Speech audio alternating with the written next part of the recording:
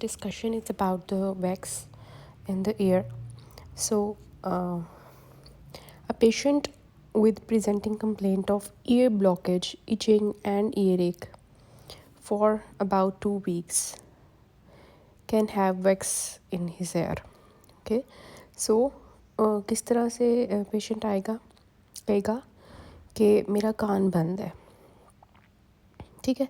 जब भी आपके पास ईयर का कोई भी पेशेंट आता है ना, ईयर की कोई भी मसले का पेशेंट आता है, तो उसकी ना प्रेजेंटिंग कंप्लेंट्स ये हो सकती हैं कि या तो वो कहेगा मेरा कान बंद है, या वो ये कहेगा कान में दर्द है, या वो कहेगा कान में ख़ारिश है, या कान बह रहा है. इस तरह की प्रेजेंटिंग कंप्लेंट्स होती हैं. तो जब वो कहता है ना कान बंद है, ईयर ब्लॉकेज है, ठीक है, और फिर आपने सोचना है दो चीज़ों के बारे में. एक आपने वैक्स के बारे में सोचना है कि कान में वैक्स है, गंद जमा हुआ है. दूसरा आपने रिट्रैक्टेड टिम्पैनिक मेम्ब्रेन के बारे में सोचना है. ठीक हो गया. रिट्रैक्टेड टिम्पैनिक मेम्ब्रेन के बारे में जो है ना सोचना है. तो पेशेंट ये भी कह सकता है, कुछ पेशेंट नहीं कहते कान बंद है या सुनाई नहीं दे रहा, या इस तरह से कुछ लोग ये भी कहते हैं कि हमने ये खाया वो खाया, उसके बाद खांसी आती है, ठीक है, जी घबराता है 6 माह से, ठीक है, वक्ती दवाई से ठीक हो जाता है.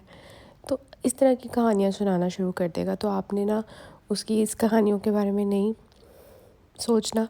आपने उसको ये पूछना है कि अभी आपका क्या मसला है, इस वक्त क्या मसला हुआ था. ठीक है.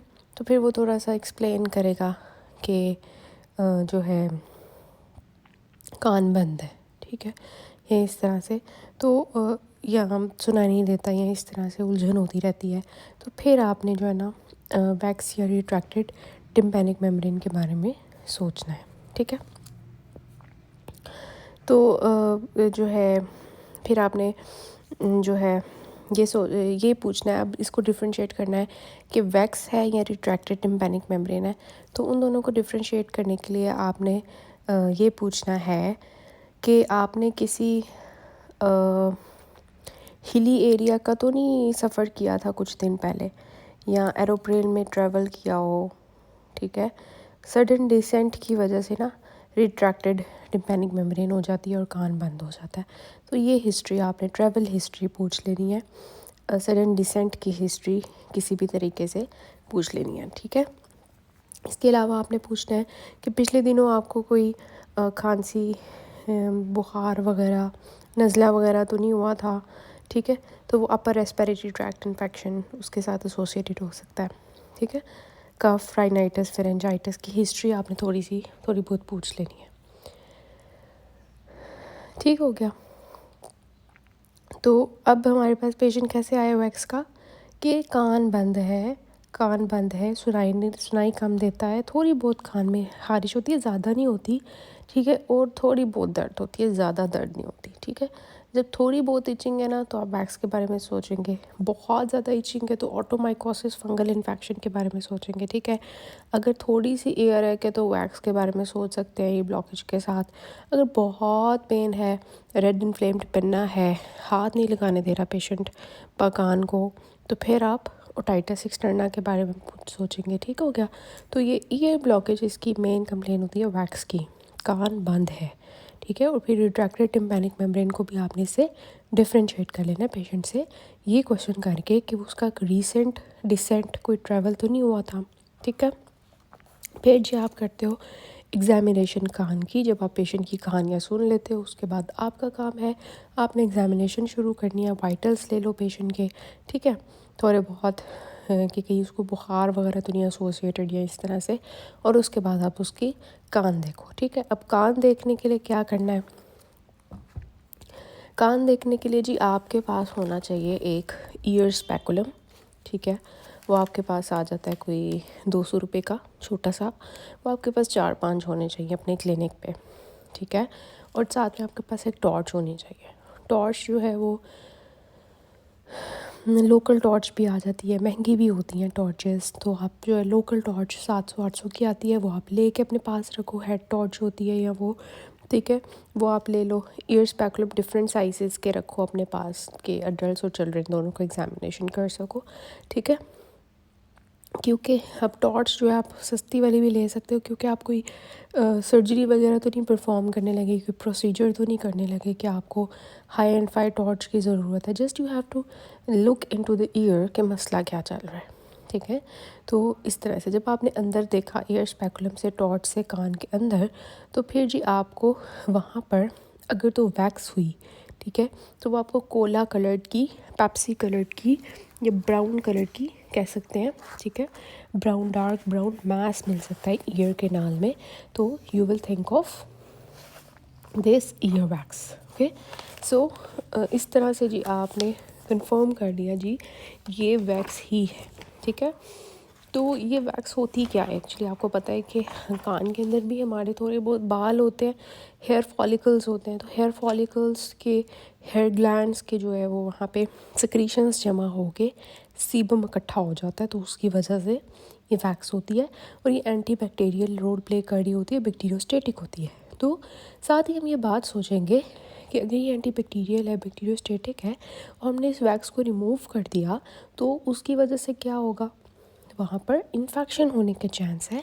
So we have to prescribe the antibiotics after removing the wax. तो ये बात इम्पॉर्टेंट है। ठीक है, तो शुरू में ना आपकी जो वैक्स होती है वो ड्राई हार्ड होती है। ठीक है, तो आपने जो है उसको थोड़ा सा जो है मतलब अगर आप कॉटन बड से थोड़ा सा करो तो वो बिल्कुल ब्लैक सी अपेयर होती है। अगर वो बहुत ड्राई हार्ड है तो वो ऑब्स्ट्रक्टिव डेफनेस कॉज कर देती है। ठीक है, कंडक्टिव डेफनेस कॉज कर देती है। तो फिर ना आपने उस वैक्स को थोड़ा सॉफ्ट करना होता है। ये नहीं होता कि डायरेक्ट आप वैक्स को बाहर निकालना शुरू कर दो, तो आप जो है वो उसको थोड़ा सॉफ्ट करते हो। ठीक है, तो सॉफ्ट करने के लिए फिर आपके पास क्या होते हैं, आपने पेशेंट को जो है वो सोडा ग्लिसरीन ईयर ड्रॉप्स लिख के देने हैं। ईयर ड्रॉप्स के लिए सोडा ग्लिसरीन जो ईयर ड्रॉप्स है, इनके लिए रूल ऑफ 4 है कि 4 टाइम्स 4 डेज़ के लिए 4 ड्रॉप्स डालने हैं, 4 टाइम्स 4 ड्रॉप्स डालने हैं, और 4 डेज़ के लिए डालने हैं 4 ड्रॉप्स, 4 दफ़ा दिन में 4 दिन के लिए। ठीक है, 4 + 4 + 4 + 4। ठीक है, उसके बाद दूसरी चीज़ आ जाती है थोड़ी इचिंग के लिए आप, ठीक है, या थोड़ी उसकी एंटीहिस्टामीन्स आप दे दोगे, जिसमें टैबलेट आती है सेडिल या रेजिक्स के नाम से, 10 mg की होती है, रात को सोने से पहले लेनी है। ठीक है, और फिर जब आपने पेशेंट को ये लिख के दे दिया तो इससे हो जाएगी वैक्स सॉफ्ट, और जो पेशेंट को थोड़ी बहुत इचिंग हो रही थी वो भी रिलीव हो जाएगी। तो पेशेंट को आपने फॉलोअप देना है 4 डेज़ का। ठीक है, कि आके 4 दिन के बाद वैक्स रिमूव करवा लें जब वो सॉफ्ट हो जाएगी। तो follow up after 4 days for suctioning and clearance. ठीक हो गया। तो जब वो 4 दिन के बाद ये सब कुछ करके आएगा, सोडा ग्लिसरीन या ड्रॉप्स डाल के आएगा, तो अब हमारी वैक्स हो गई है सॉफ्ट। ठीक है, तो आइडियली तो ये है कि अब आप क्या करो, शक्कर मशीन से उस सारी वैक्स को रिमूव करो। ठीक है, लेकिन आपके पास ऑल्टरनेटिव भी है इसका, कि जिसमें आप हाइड्रोजन पेरोक्साइड यूज़ करते हो। हाइड्रोजन पेरोक्साइड आपने अगर सर्जरी में हाउस जॉब की है या सर्जरी डिपार्टमेंट में आप गए हो तो आपको पता होगा, मैगट्स जो होते हैं अगर उनकी इन्फेस्टेशन हुई हो टांगों पे या किसी जख्म के ऊपर, तो आप वहाँ पे हाइड्रोजन पेरोक्साइड फेंकते हो। इसी वजह से इसके अलावा बहुत से प्रोसीजर्स होते हैं जिसमें हाइड्रोजन पेरोक्साइड सफाई के लिए यूज़ होता है। ठीक है, तो हाइड्रोजन पेरोक्साइड जैसे ही आप किसी जगह पे फेंकते हो ना, वहाँ पे झाग बनती है। ठीक है, और झाग बनने के साथ साथ वो जो सारा मैटर होता है वो बाहर आ जाता है। तो हाइड्रोजन पेरोक्साइड जो है, इसके मैक्सिमम आप 8 ड्रॉप्स डाल सकते हो, इससे ज़्यादा नहीं डालने। तो आप 4 से 6 ड्रॉप्स जो है हाइड्रोजन पेरोक्साइड के, या 3 से 4 ड्रॉप्स डालो। मैक्सिमम 8 ड्रॉप्स है, 8 ड्रॉप से ज़्यादा नहीं डालने। ठीक है, तो उससे आपने क्या करना है, ग्लव्स के साथ, गॉज पीस के साथ, ठीक है, ग्लव्स आपने पहने हुए हैं, हाइड्रोजन पेरोक्साइड फेंका, जैसे ही वो झाग बनी, सारा मटेरियल बाहर आया, तो आपने गॉज पीस से उसको कलेक्ट कर लिया। ठीक है, ऊपर कर बाहर आ जाती है। तो पेशेंट को ये तो नहीं आपने बिठा के ये सब कुछ करना है, तो उसको एक साइड पे लिटा के तो फिर आपने ये करना है। ठीक है, और गॉस पीस के ऊपर सारा मटेरियल आपने जो है वो ले लेना है, ठीक है। ये हाइड्रोजन पेरोक्साइड आपके पास ऑल्टरनेट है जो है ऑफ दिस सकर मशीन, ठीक है। अगर आप सकर मशीन में नहीं कर सकते तो इसके अलावा एक और आपके पास ऑप्शन होता है सिरिंजिंग का, ठीक है। तो सिरिंजिंग जो है ना उसका वो आपको पता है कि वो आपकी टिम्पैनिक मेम्ब्रेन को रप्चर कर सकती है, ठीक है। तो उसकी वजह से फिर हम उसको जो है कॉन्ट्राइंडिकेट करते हैं, ठीक है। तो ये बात आ जाती है। अब जी जब आपने उसकी सारी वैक्स रिमूव कर दी जो कि सॉफ्ट हो गई थी, ठीक है, 4 दिन के ट्रीटमेंट से, अब आपने उसको क्योंकि उसकी वैक्स रिमूव कर दी है, उसकी एंटीबैक्टीरियल बैक्टीरियोस्टैटिक प्रॉपर्टी ख़त्म हो गई है, तो अब आपने उसको साथ में एंटीबायोटिक्स ईयर ड्रॉप्स लिख देने हैं, ठीक है। तो इसमें आपके आते हैं टोब्रामाइसिन हो सकते हैं, ठीक है, सिप्रोफ्लॉक्सासिन हो सकते हैं, ठीक है। तो इसमें वी हैव द साइपोकेन ईयर ड्रॉप्स जिनको आपने 5 दिन के लिए पेशेंट को देना है। 3 जो है ना दिन में जो है ना 3 दफ़ा लेना है, ठीक है, और 3 कतरे डालने हैं, ठीक है। तो 3+3+3 सुबह शाम, सुबह दोपहर शाम, ठीक है। सुबह शाम भी देते हैं, सुबह दोपहर शाम भी दे सकते हैं। तो ये आपने 5 दिन के लिए पेशेंट को दिया, ठीक है। और दूसरी चीज़ आ जाती है क्योंकि अब हमने एक प्रोसीजर परफॉर्म किया है, पेशेंट की वैक्स निकली है, तो ऑब्वियसली उसको थोड़ी बहुत पेन होगी, तो हमने कह देना कि दर्द की सूरत में आप एक टैबलेट ले लें पेन किलर, टैब डिफ्लेम, टैब बोरन, टैब टेक्लोरान, ठीक है। 50 mg की होती है ये। उसके अलावा टैब 50 mg की है, 5 mg की नहीं है, ठीक है। उसके अलावा है हमारे पास वही कोई हमारे पास रात को सोने के लिए आराम से सोना है पेशेंट ने, तो एक थोड़ी सी नींद की थोड़ी सी कर दो या इस तरह से, तो टैब सेडिल दे दो उसको 10 mg की एक रात को फॉर 5 days, ठीक है। या आप कोई टैब सेट्राजीन भी दे सकते हो, टैब पेराटॉन भी दे सकते हो, ठीक है। तो जो है ना आपकी ये चीज़ आ जाती है। अगर तो पेशेंट का साथ में नाक भी बह रहा है, थोड़े राइनाइटिस के भी इश्यूज़ आ रहे हैं, तो फिर आप पेशेंट को सिट्राजीन की जगह लोराटाडीन या डेसलोराटाडीन दे सकते हो और पेराटॉन दे सकते हो, ठीक है। तो ये आपके जो है ऑल्टरनेटिव रिजिक्स नहीं आप दोगे फिर, ठीक है। अच्छा जी, उसके बाद आ जाता है आपकी काउंसलिंग में पेशेंट का बहुत इंपॉर्टेंट रोल है कि आपने पेशेंट को कहना है कान में आपने तीलियां नहीं मारनी, माचिस की तीलियां नहीं मारनी, या कोई भी चीज़ ऐसी जो पॉइंटेड है वो नहीं मारनी, कान को खुश रखना है, ठीक है, खुश्क रखना है, नहाते वक्त रूई पर तेल लगाकर कान में रखना है to avoid the superadded bacterial infection, ठीक है। So this is all about the wax, जिसमें हमने देखा कि वैक्स जो है उसको पेशेंट किस तरह से आपके पास आता है और आपने पेशेंट को जो है कैसे कौन से क्वेश्चंस करने हैं जिससे आप वैक्स की तरफ जाओगे, और आपने कैसे उसको जो है रिट्रैक्टेड टिम्पैनिक मेम्ब्रेन से डिफरेंशिएट किया, फिर ईयर स्पेकुलम से देखा आपको किस तरह की वैक्स नज़र आई, और फिर आपने उसको कैसे मैनेज किया, ठीक है। पहले 4 दिन के लिए ट्रीटमेंट दिया, सोडा ग्लिसरीन ईयर ड्रॉप्स और साथ में कोई एंटीहिस्टामीन 4 दिन के लिए दी ताकि वो थोड़ी सी सॉफ्ट हो जाए, और उसके बाद आपने उसको सक्शन क्लियरेंस किया 4 दिन के बाद, और फिर उसको अच्छी सी एंटीबायोटिक दी, अच्छी सी पेन किलर दी, अच्छी सी एंटीहिस्टामीन दी ताकि उसको रात को नींद आ जाए, और फिर उसको अच्छा सा काउंसिल कर दिया, ठीक है। काउंसिल कर दिया कि जी जो है आपके पास आपने कैसे इसका ख्याल रखना है, ठीक है। इरिगेशन का मैंने आपको बताया कि वो आप नहीं करते होते, ठीक है। तो ये जो सोडा ग्लिसरीन या ड्रॉप्स हैं ये वैक्स एड के नाम से भी आते हैं, ठीक है। तो रूल ऑफ 4 जो है आपने उसमें याद रखना है, ठीक है, रूल ऑफ 4, ठीक है। तो वैक्स का दूसरा नाम होता है इम्पैक्टेड सिरोमेन, तो ये चीज़ आ जाती है।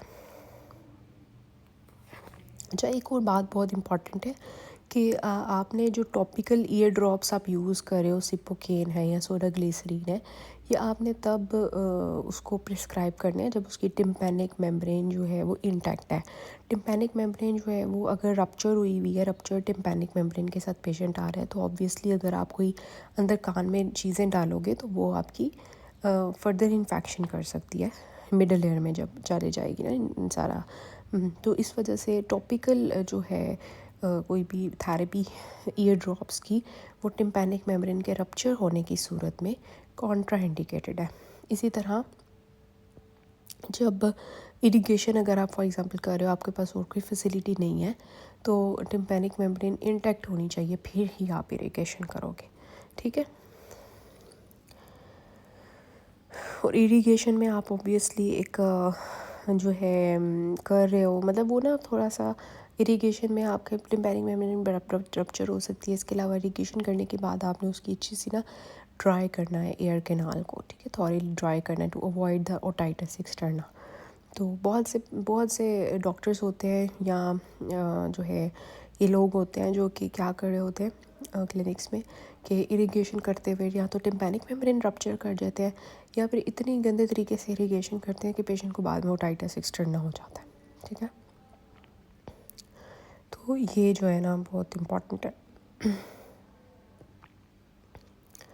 अच्छा, अब आपने एक और बात याद रखनी है कि कब आपने इन पेशेंट्स को रेफ़र करना है, ठीक है।